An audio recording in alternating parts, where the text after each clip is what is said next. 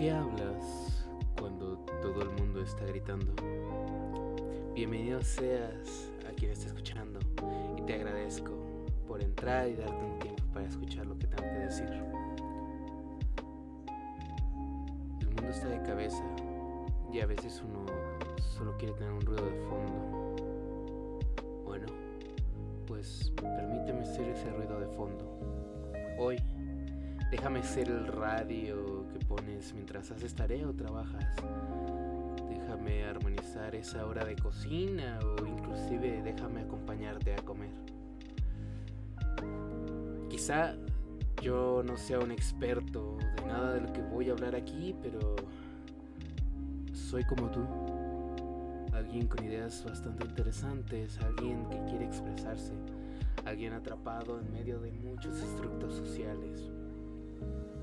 Soy alguien que trabaja constantemente en redefinirse y como actualmente muchos lo denominan, soy alguien que intenta deconstruirse. Pero no quiero que este espacio sea mío. No me gustaría acaparar el micrófono como un DJ de 15 años. Quiero que tú, el que me estás escuchando, también tengas tu lugar. Quiero saber tu opinión. Quiero que entre todos construyamos opiniones más grandes. Quiero que nos hagamos oír. Pero bueno, basta de introducciones largas. Me presento, mi nombre es Alan Aceves y pues esta es nuestra voz. Disfrútenlo.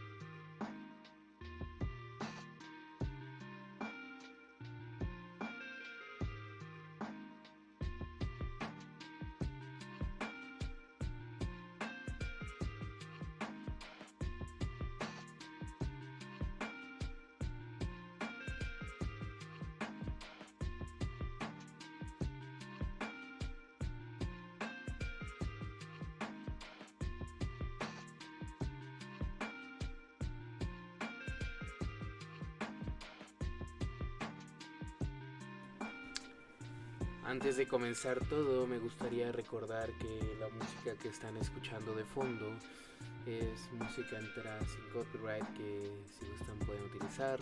Les voy a dejar obviamente el link de la canción en la parte de abajo. Si están escuchando esto en Spotify, pueden buscarlo también en YouTube. Ahí van a estar los links para todo. La primera canción que escucharon se llamaba Purple Cat de Day's End. Y esta que estamos escuchando actualmente es Penny Cases. Les recuerdo, todo va a estar en la parte de abajo de la descripción.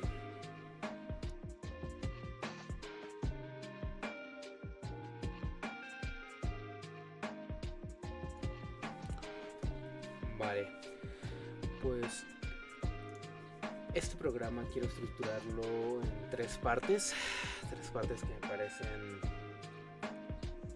que son relativamente algo que me gustaría compartir con todos, que es algo que creo que a mí me hubiera gustado encontrarme en algún momento en las redes y pues que va, ahora lo estoy creando yo, ¿no?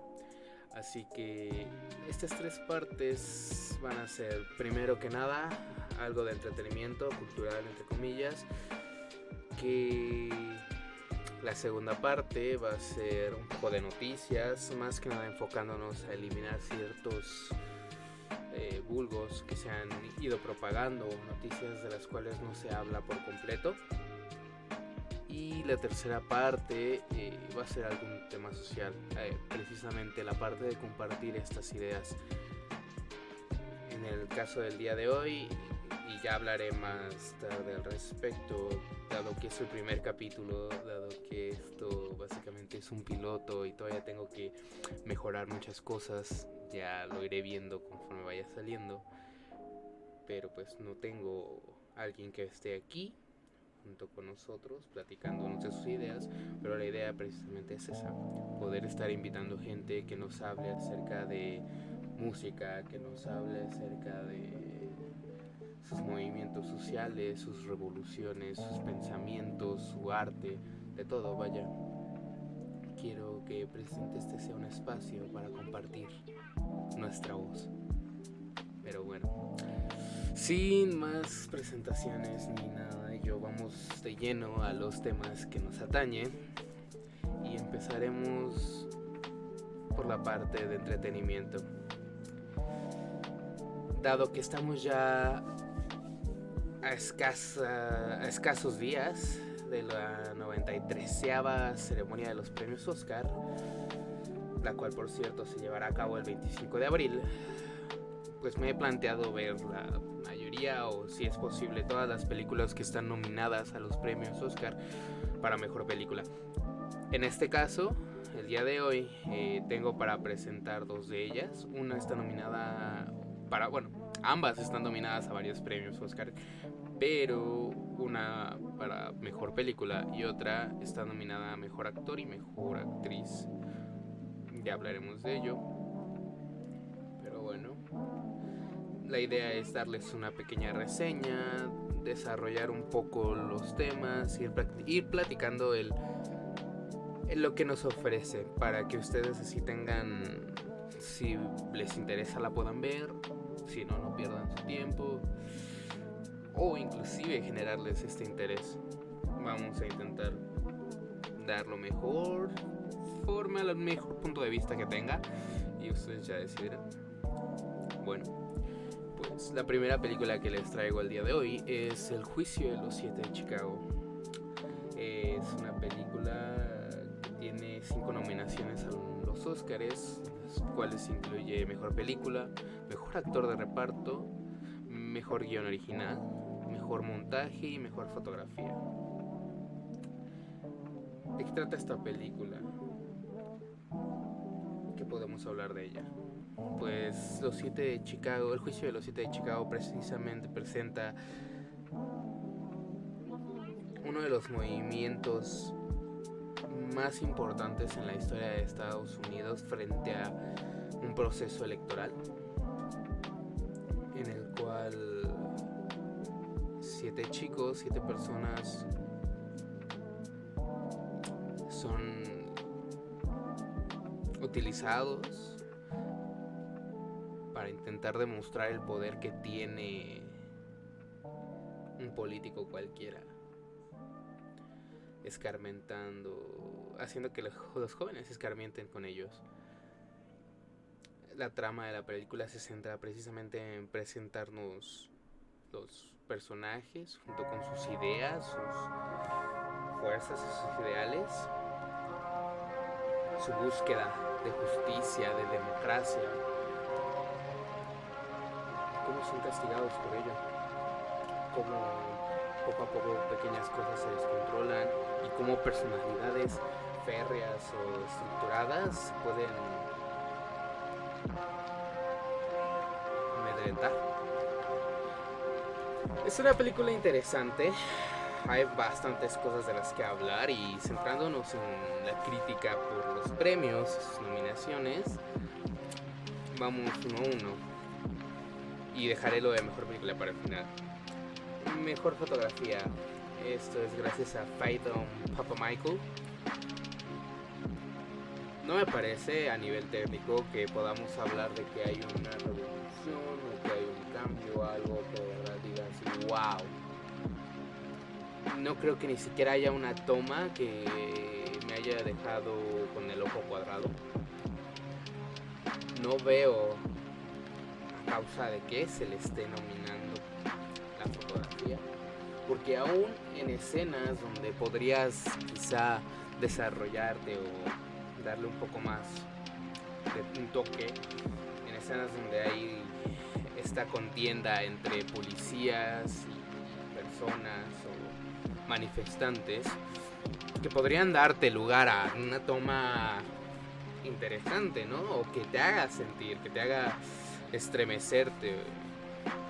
Pues no creo que ni siquiera eso se logre. Así que yo en lo personal no se lo daría. Mejor guión original de Aaron Sorkin. Está bien. Es interesante. Y precisamente esto nos lleva a hablar de uno de los puntos que yo quizá critico más de esta película. Y es que Aaron Sorkin, aparte de ser el escritor, también es el director de la película. Pero él se encarga más que otra cosa de...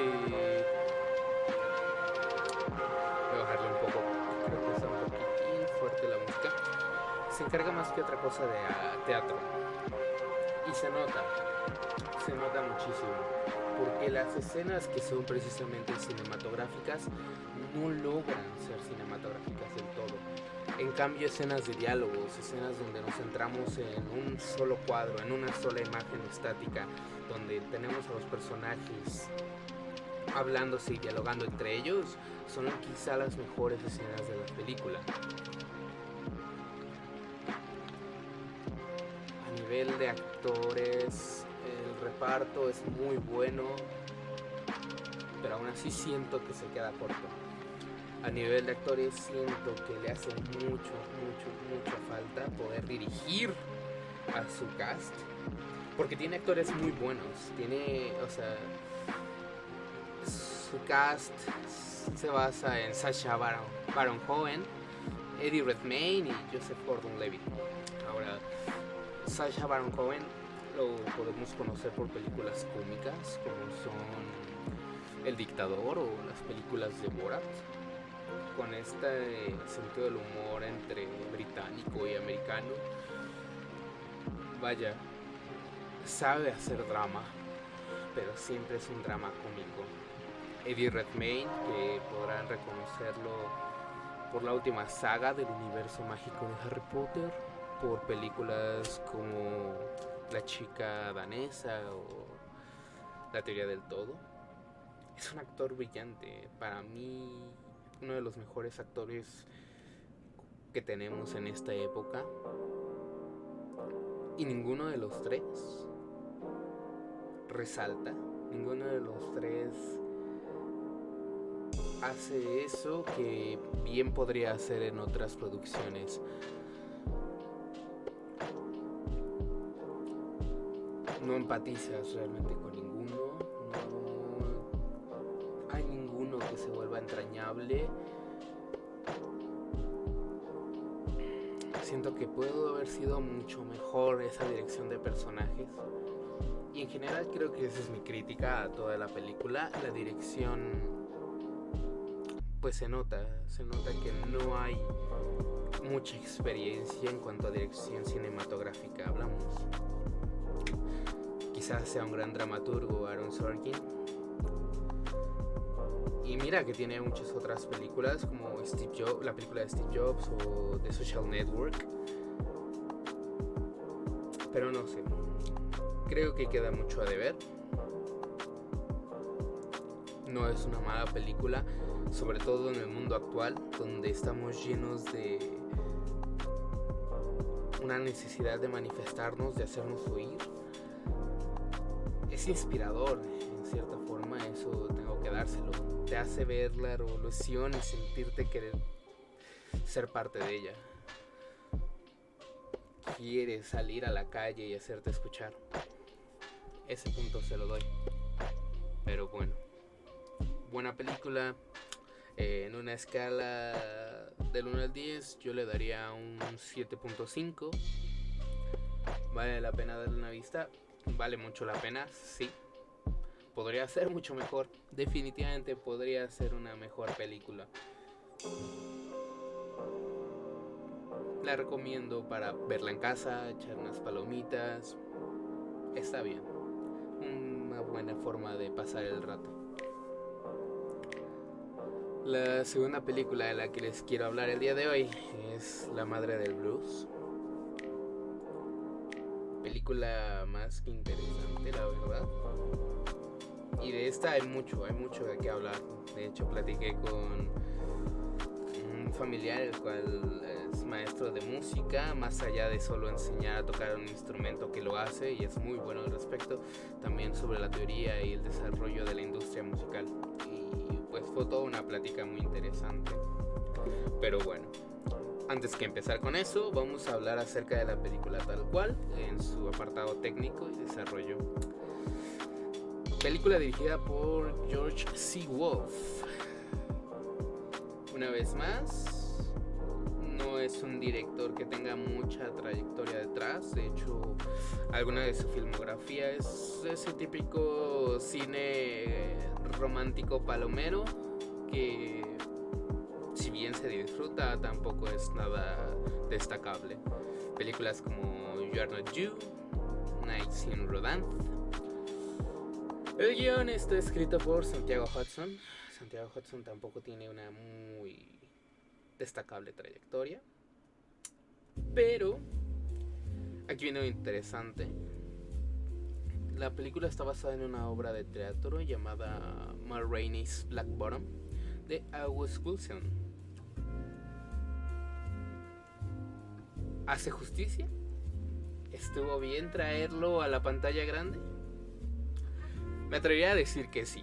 Me atrevería a decir que estamos viviendo esta época donde el teatro en pantalla grande no se ve mal,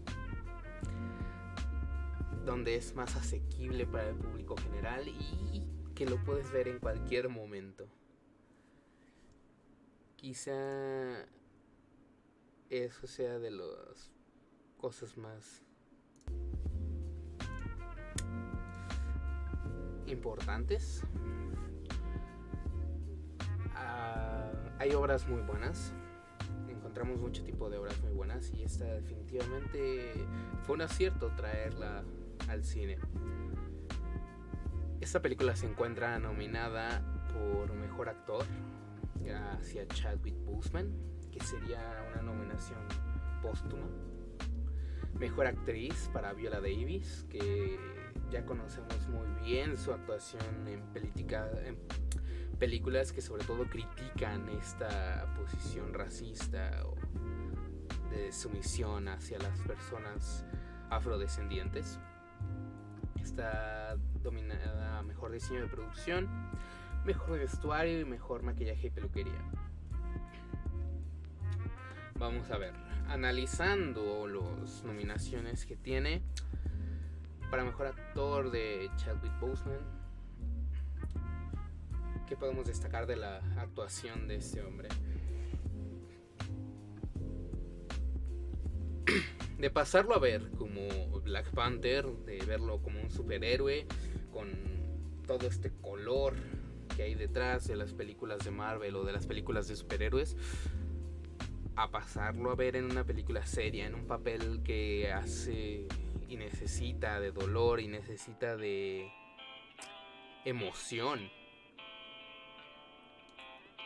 de un poco más de oscuridad y de realidad. He de decir que hace bien su papel. He de decir que la química entre los actores es muy buena y funciona muy bien. Hacen su trabajo.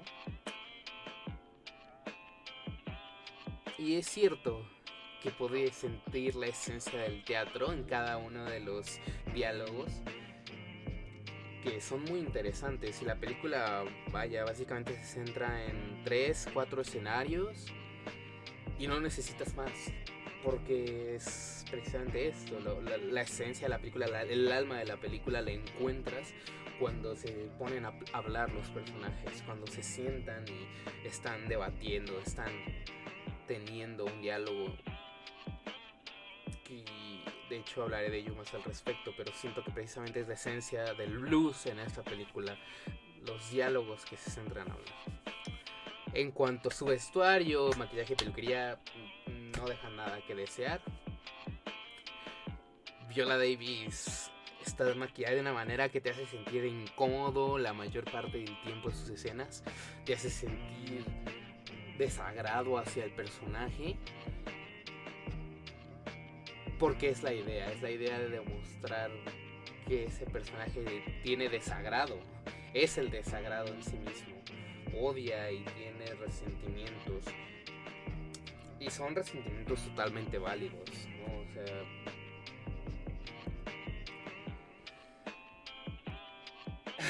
¿qué es el blues? Creo que para poder desarrollar esto tenemos que hablar de qué es el blues.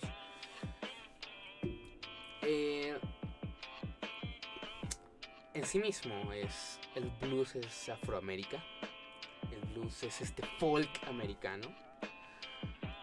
Al principio tienes esta música de esclavitud en la cual son llamadas y respuestas, gritos, ¿no? Canciones de laburo, que eso empieza a sentirse denso y se convierte en música religiosa en el blues, ¿no? Tienes adoraciones, tienes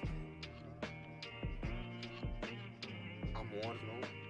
Y al principio el blues tiene esto que es como racismo, asesinatos, prostitución, pactos con diablos, drogas, miseria. El blues habla del dolor, el blues habla de todo este mundo horrible en el que está situado como una persona afroamericana. Y después esta llegada de la forma religiosa hace que tengas esperanza, ¿no? Pero el blues sigue tratando el dolor y sigue haciéndote caer en la desesperanza. Entonces piensa en esto, piensa precisamente en que tienes este dolor y esta desesperanza viviendo en un mundo dominado por el hombre blanco, y lo único que tienes es el blues para hacerte sentir conectado, para hacernos sentir que vivimos juntos. Es una forma muy interesante de hablarlo. Y hay muchas cosas por medio en la película que hablan acerca de todo esto. Tienes pequeños guiños como una puerta que no abre, refiriéndose a un lugar sin salida, a un punto donde estás atrapado.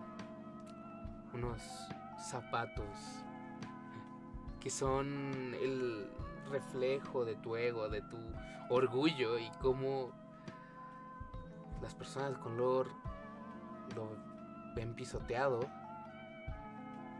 Hay escenas que reflejan mucho el dolor y pues sí, el cómo tienen aplastado a los negros.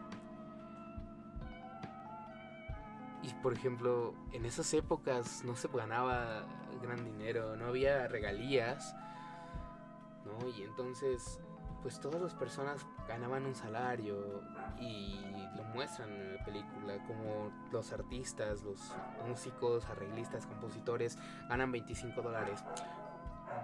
Ma, que es el personaje principal de este movimiento blues, que es la madre del blues, gana 200 por sus 4 canciones, por su voz, por su arte, por su dolor. ¿Y qué consigue con ello? Perdonen a los perros de fondo, es que el blues los hace ladrar de dolor. Consigue $200 y se acabó. El resto, el millón, el gran dinero, se lo quedan los productores, se lo queda quien realmente tiene el dinero, y ese es la persona blanca, es el señor blanco. Y justo es algo que pasaba, los blancos se robaban la música de los negros y la interpretaban otros blancos y ganaban dinero a partir de blancos. Voy a cerrar la ventana, perdonen, pero no queremos que el perro suene mucho. Entonces tienes esta diferencia, este resentimiento, empiezas a entender el sentimiento, empiezas a entender el odio que tienen y por qué Ma toma esta actitud, por qué detesta tener que trabajar con ellos, por qué quiere salir lo más rápido de ahí, porque nuestro personaje principal quiere cambiar las cosas, su situación actual, su vida, todo lo que ha tenido que vivir. Y hay una escena que es mágica en la cual hablan acerca del temor hacia el hombre blanco. Y es real, el temor al hombre blanco es algo real, y el temor al hombre blanco es algo de lo cual se tiene que hablar aún hoy día. Gran película, me gustó muchísimo, le daría una calificación de 8.5, la recomiendo mucho, es muy ligera, se ve muy rápido y sobre todo estos diálogos tienen mucho contenido del cual se puede rescatar un montón de cosas. No quiero spoilear nada, por lo cual no les voy a contar más al respecto, pero si tienen tiempo dense la oportunidad de verla, de verdad vale mucho la pena. Con eso les dejo tareita y terminamos la primera parte del podcast acerca de entretenimiento. Poco a poco iré mejorando esto, la verdad es que sigo siendo muy lento para hablar como me gustaría hacerlo. Me gustaría desarrollar quizá un poco más, pero ya lo haremos. Vamos a mejorar poquito a poquito, ténganme paciencia. Los voy a dejar un poco con la música, tomaré un poquito de agua mientras tanto y regresamos con la parte de noticias, que esta semana pues no ha sido de las más alegres. Ahora volvemos, disfruten la música, chicos.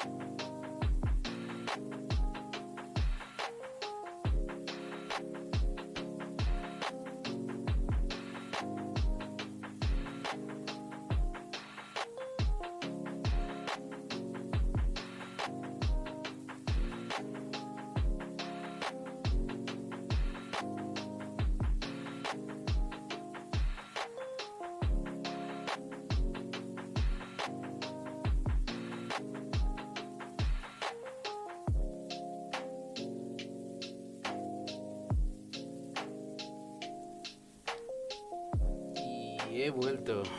Bueno, chicos, en esta parte de noticias, como ya lo comentaba hace rato, más que hablar de las noticias que han pasado en la semana, quiero hablar de las noticias que creo que bien pueden haberse convertido en un vulgo o en algo que la gente cree sin saber realmente, porque bueno, la verdad es que nuestros medios de comunicación son a veces muy amarillistas. Muchas veces nosotros nos quedamos solo con los titulares, entonces podemos hacernos creer cosas que realmente no son. También creo que hay muchas noticias las cuales no son habladas al 100% o no se saca todo lo que se tiene que decir al respecto. Entonces creo que eso es importante, hacer llegar a la gente un poco más de conocimiento. Vaya, para no quedarnos con lo que vemos de titular. Entonces, voy a empezar con una de las noticias más sonadas, pero que igual sonó a mitad, nada más. Y es el asesinato de Victoria Esperanza Salazar, la mujer salvadoreña que lamentablemente fue asesinada por 4 unidades de policía.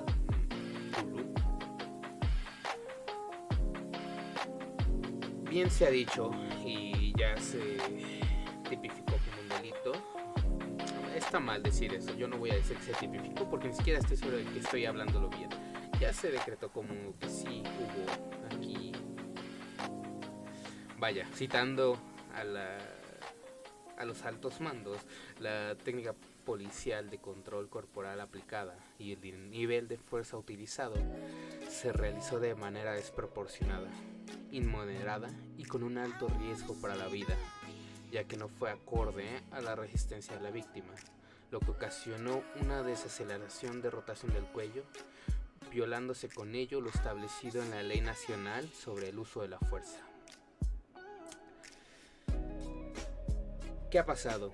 Pues a estos 4 policías, 4 personajes desagradables, ya se les está imputando el cargo de feminicidio, lo cual es interesante pensando que uno de esos 4 es mujer. Y según yo he leído, es complicado poderle imputar un cargo de feminicidio a otra mujer por el tipo de tipificación que tiene la ley. No soy un experto de nuevo, y obviamente que me gustaría, si alguno de ustedes que está escuchando sabe más al respecto de la ley, quiere dejar su comentario al respecto, más que encantado. Por favor, enriquezcanme, que quiero saber más. Estoy dándoles lo que puedo, pero es interesante ver cómo va a ser llevado ese cargo, cómo esa mujer va a tener que cargar con el cargo de feminicidio y cómo se lo pueden poner. Quiero saber al respecto, ya veremos más, espero que podamos enterarnos más al respecto. Pero ¿qué es la parte aquí importante? Bueno, primero que nada, la ONU, al ver visto todo esto, al ver toda la situación, pues junto con muchas agencias que son parte de la ONU, han condenado los hechos y han pedido a las autoridades mexicanas aplicar protocolos alineados con los estándares de derechos humanos y perspectiva de género, que es lo que les digo, es un feminicidio y entonces se tiene que buscar a través de la perspectiva de género castigar a las personas. Agencias como Entidad de las Naciones Unidas para la Igualdad de Género y el Empoderamiento de la Mujer en México, la Organización Internacional para la Migración de México y la oficina en México de la Agencia de la ONU para Refugiados, tanto así como la oficina en México del Alto Comisionado de las Naciones Unidas para los Derechos Humanos. Todos ellos están buscando y exigiendo que se haga justicia y se investigue de manera pronta e imparcial. El presidente de El Salvador, Nayib Bukele, ha garantizado que estará atento a toda la situación hasta que se lleve a justicia. Y hay un tuit muy interesante del presidente, en el cual señala que, como él había dicho, y a pesar de algunas autoridades salieron a negarlo, había más agresores y más víctimas en el caso. ¿A qué se refiere con esto? Pues lamentablemente Victoria Esperanza, semanas previas a su fallecimiento, había procedido a esconder a una de sus hijas en uno de los organismos del DIF y a presentar una denuncia en contra de su pareja, dado que ella sufría abuso al igual que su hija menor por parte de su pareja. Hubo abuso sexual en la niña, hubo abuso sexual probablemente en Victoria, y ella ya había intentado proceder al respecto. No sabemos si realmente alguien haya hecho algo al respecto, pero lamentablemente hasta que no sucedió lo que sucedió, nadie hizo caso a la pobre mujer. Actualmente ya se encuentra detenida la persona expareja de Victoria.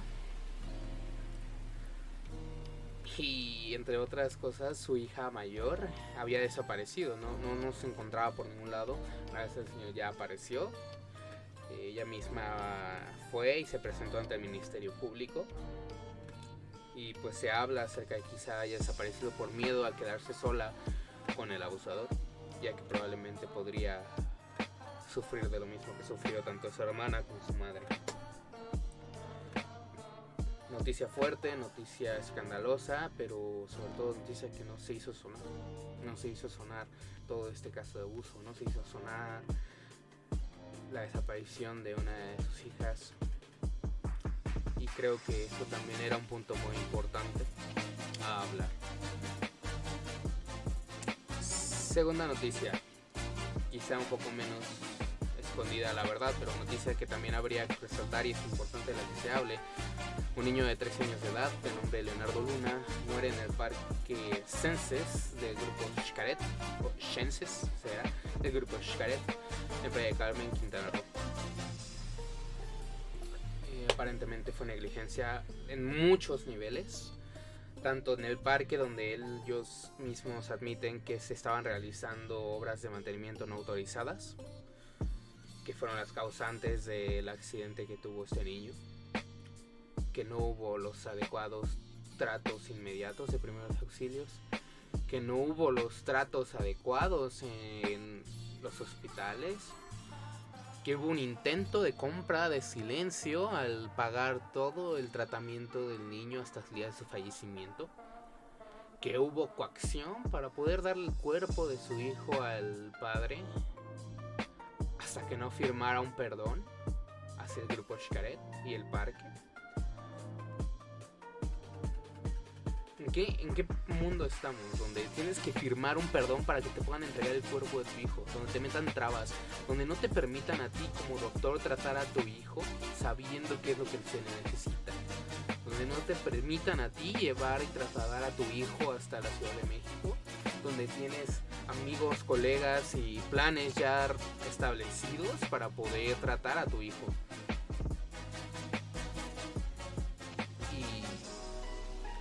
¿Por qué si la feria tuvo un accidente, inmediatamente la feria ha desaparecido?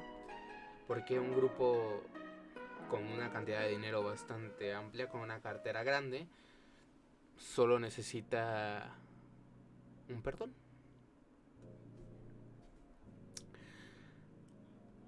Una noticia que es importante más que guardar el pésame por el niño es ponernos a cuestionarnos qué podemos hacer por ello, ¿no? Por último, ya en otro tono, algo más ligero, vamos a hablar acerca de cómo vamos con la situación COVID, más en específico con las vacunas. Bien, Marcelo Ebrard, nuestro gran canciller y secretario de Relaciones Exteriores, informó el día de ayer que ya contaba México con 14.675.922 vacunas contra el COVID. Datos importantes de esto. Vamos a hablar vacuna a vacuna. Primero vamos a hablar de la vacuna de Pfizer, la cual dijeron el jueves que su vacuna sigue siendo efectiva, aún con la variante sudafricana, lo cual es importante porque se temía mucho que las vacunas dejaran de funcionar al respecto y se hablaba mucho de que las vacunas iban a dejar de funcionar debido a este tema. No señores, nuestros científicos son un poco más inteligentes y piensan un poco más a futuro.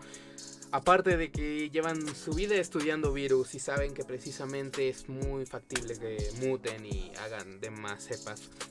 Entonces, claro que se pensó en ello. Claro que no podían hacerlo al 100%, no sabían cómo iba a cambiar cada cepa, pero sí que se buscó una manera de estar listos, de intentar preparar lo mejor posible y de, si en dado caso se necesitase modificar la fórmula de la vacuna, se pudiese hacer de manera rápida y efectiva. Así que Pfizer nos anuncia que su vacuna, pese a haber dicho primero que tenía una efectividad del 95%, nos dice ahora que es el 91%, pero aún así, cuidándonos de la cepa sudafricana, con una protección de hasta 6 meses. Sí, por si se lo preguntaban, una vez que te vacunes, hay que volverse a vacunar. Una vacuna no va a ser suficiente para el resto de tu vida. Esto va a ser como la influenza, es importante siempre tenerlo en mente. El COVID llegó para quedarse y es importante que seamos conscientes de ello y no por que nuestros abuelitos ya hayan obtenido su dosis, salir libremente a las calles. El mundo sigue en pandemia, el mundo sigue en las manos del COVID. Poco a poco estamos luchando contra ello, pero hay que tener cuidado y ser conscientes de que esta vacuna no es la cura. AstraZeneca. Mucho se ha hablado de esta vacuna, mucho se sigue hablando de la vacuna de AstraZeneca, que sí está ocasionando o no coágulos en el cerebro. Bueno, pues hasta el momento se puede seguir diciendo que es completamente posible que el riesgo de ponerse AstraZeneca siga siendo de 0, ya que no se ha podido demostrar que la vacuna sea el causante de estos coágulos. Existen muchos factores por los cuales se podría presentar la trombosis de senos venosos cerebrales, entre ellos que el mismo COVID, ya que es una enfermedad que afecta a nivel sanguíneo. Hay también muchas cosas de las cuales no se tiene evidencia, por lo cual no podemos decir que AstraZeneca sea una mala. Sus beneficios siguen estando muy por encima de cualquier riesgo que pueda tener. E inclusive, y esto es interesante para las personas, porque como hay muchas personas como yo que pensábamos que AstraZeneca era un poco mala para los adultos mayores, muchos países de hecho frenaron sus vacunaciones por esa razón, pero en realidad, entre más avanzada la edad, la vacuna de AstraZeneca es más eficiente. En cuanto a números, vaya, Alemania tiene 31 personas con trombosis. De ellas solo 9 han fallecido. Y pues bueno, se han vacunado a 2,7 millones de personas.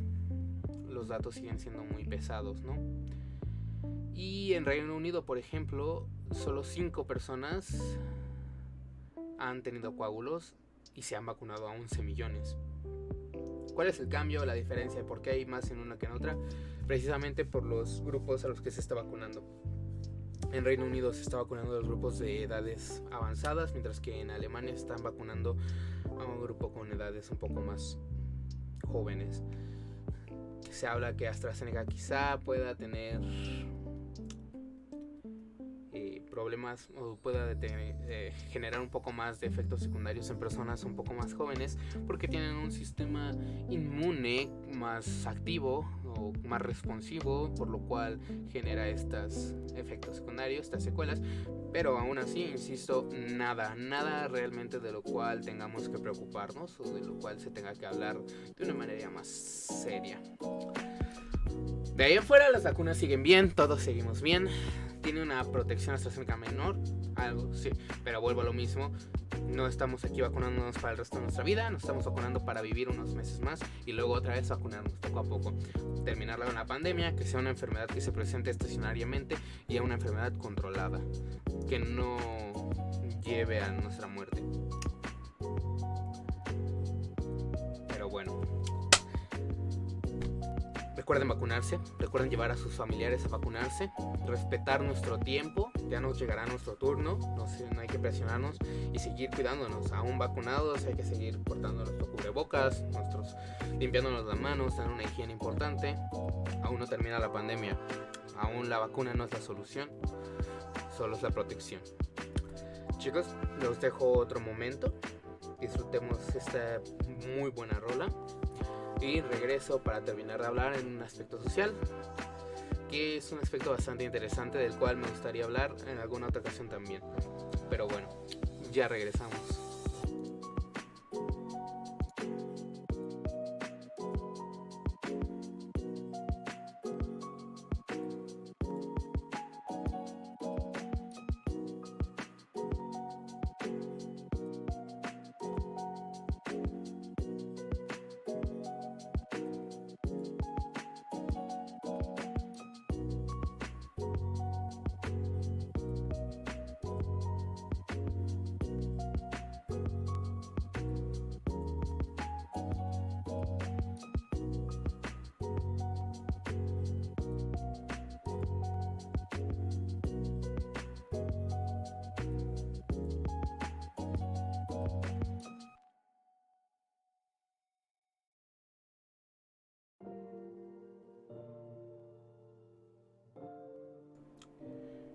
Bien, ya he vuelto. Ya he tomado agüita. Es importante mantenerse hidratados, muchachos, y más cuando estás hablando tanto tiempo. Pero bueno, tema importante, tema bonito y tema del cual es interesante hablar. Este miércoles pasado, y como cada 31 de marzo, se celebra el Día Internacional de la Visibilidad Trans. Esto se debe a que en el 2009 la cofundadora de la organización transgénero Michigan, Rachel Crandall, buscó una manera de festejar la diversidad y visibilizar las contribuciones que las personas transgénero han hecho. Y se nos invita a las personas que obviamente no somos trans o que, bueno, hay más cosas, para reflexionar y concientizar sobre la discriminación y la violencia que tiene este colectivo. es complicado y es algo de lo cual se debe de hablar muy fuerte, porque quizá el grupo trans es el grupo cuyo más, vaya, de los grupos cuyo más discriminación sufren. Es un grupo muy vulnerable, es un grupo que ni siquiera realmente vamos entendiendo y las personas no entienden. O sea, vaya, no tiene hace nada, apenas hace un par de años que dejó de considerarse una enfermedad mental, que dejó de aparecer en el DSM. ¿Qué se puede hablar de la transexualidad? Bueno, pues para empezar, el término transexual es un término que se acuñó en 1953 por Henry Benjamin, quien propuso un tratamiento con hormonas del sexo con el que se identificaban sus pacientes. En el 73, John Money denominó a esto como disforia de género.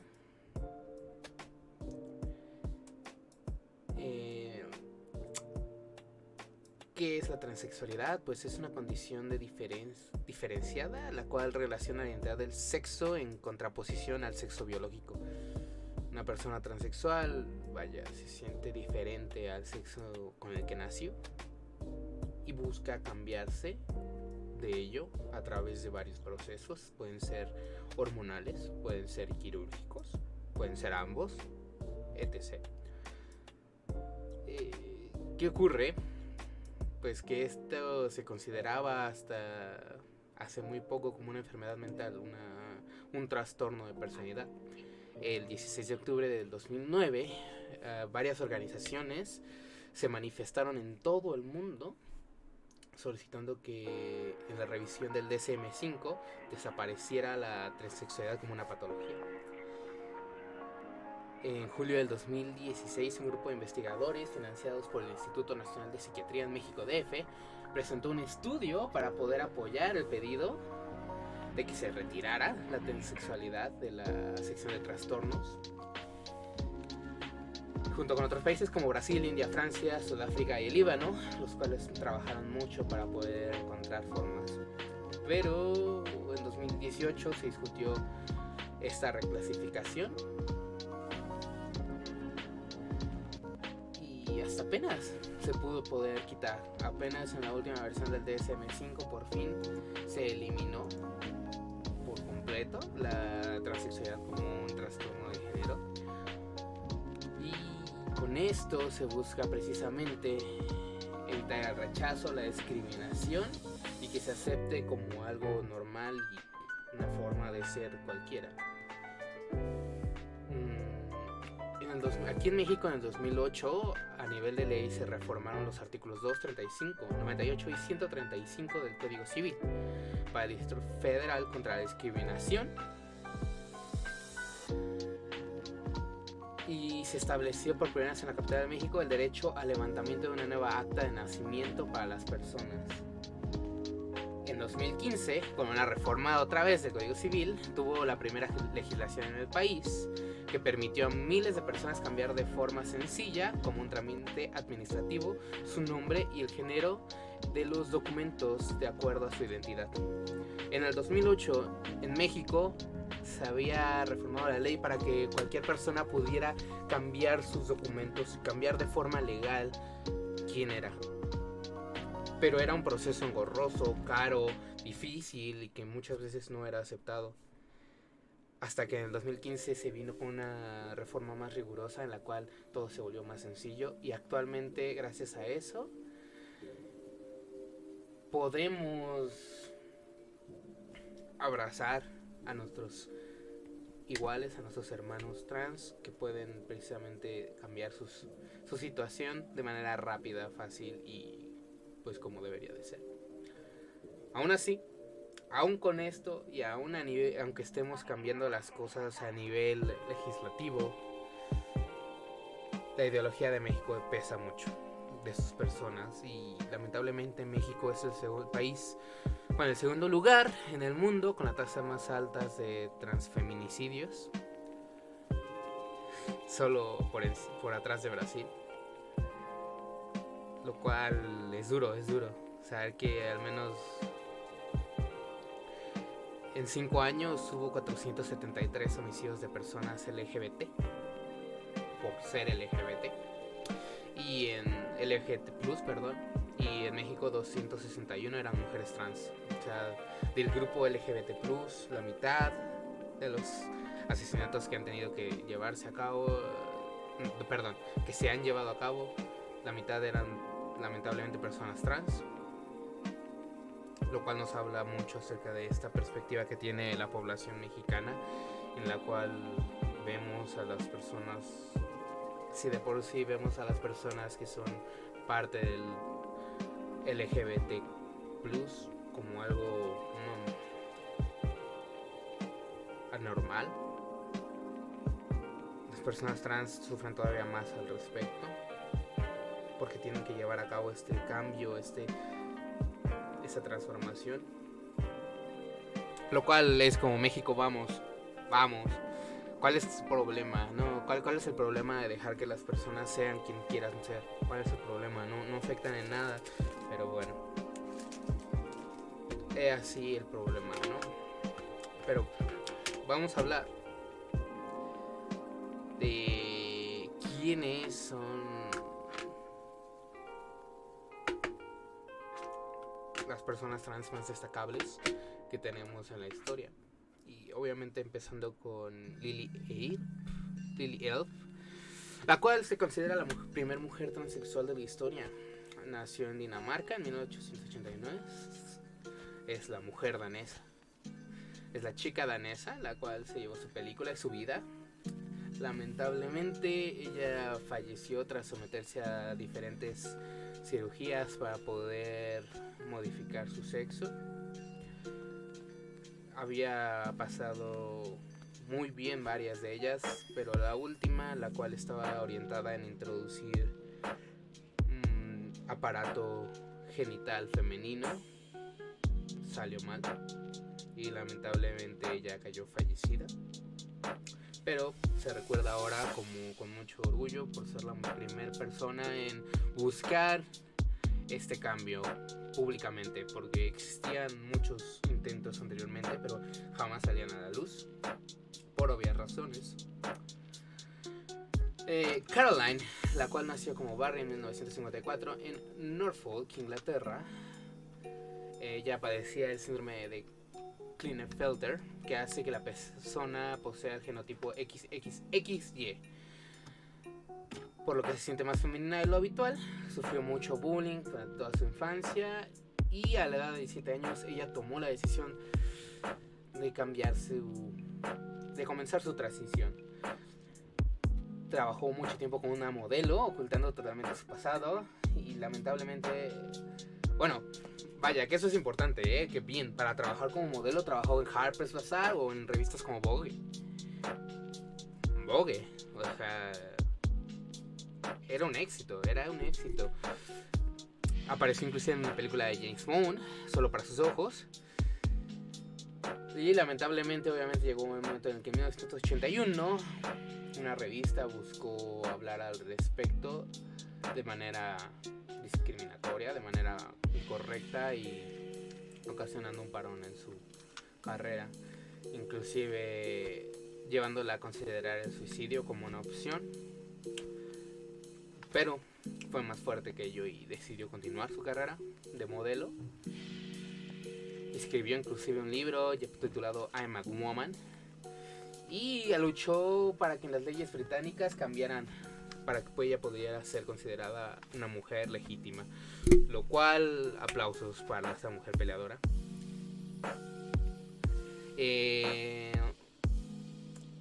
Carla Antonelli, la primera mujer transexual en convertirse en diputada en el país de España, nació en Tenerife y ha dedicado toda su vida a la lucha por los derechos del colectivo LGBT+.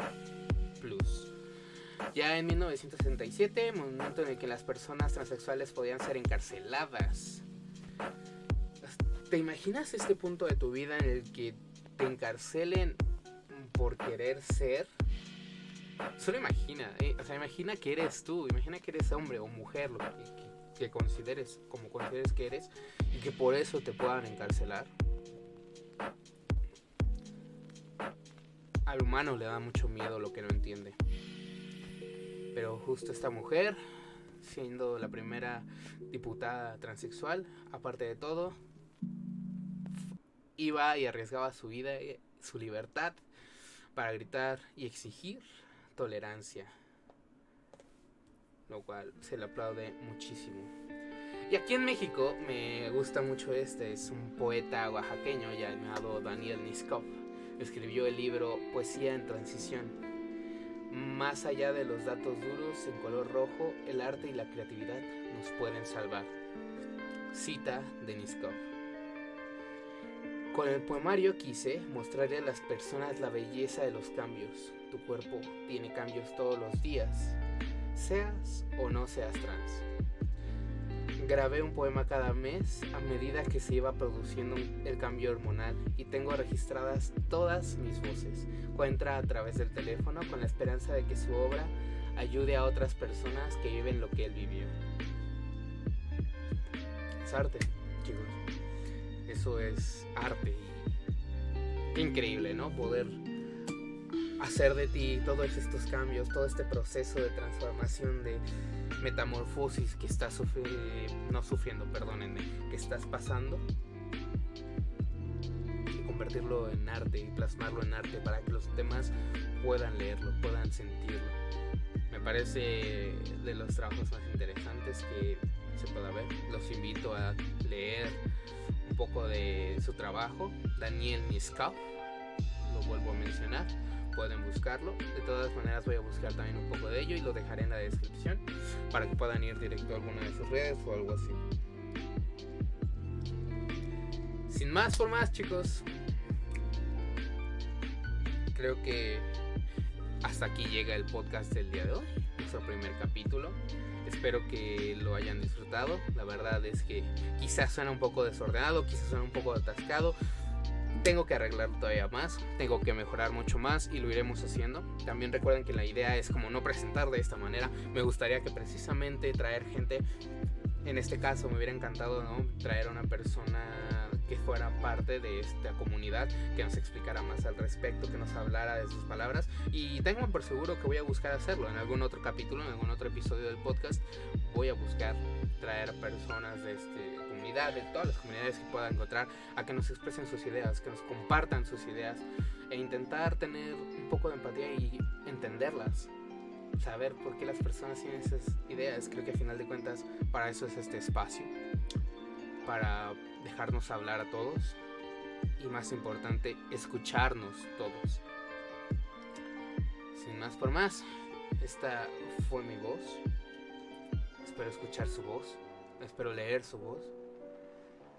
Muchísimas gracias a todos los que hayan llegado hasta aquí. Muchísimas gracias a todos los que hayan escuchado el podcast. Intentaré hacerlo sábado con sábado. Y nada, chicos, muchísimas gracias quienes lo haya escuchado. Vamos a seguir hacia adelante. Me despido, aquí se despide Alan. Nos vemos el próximo sábado.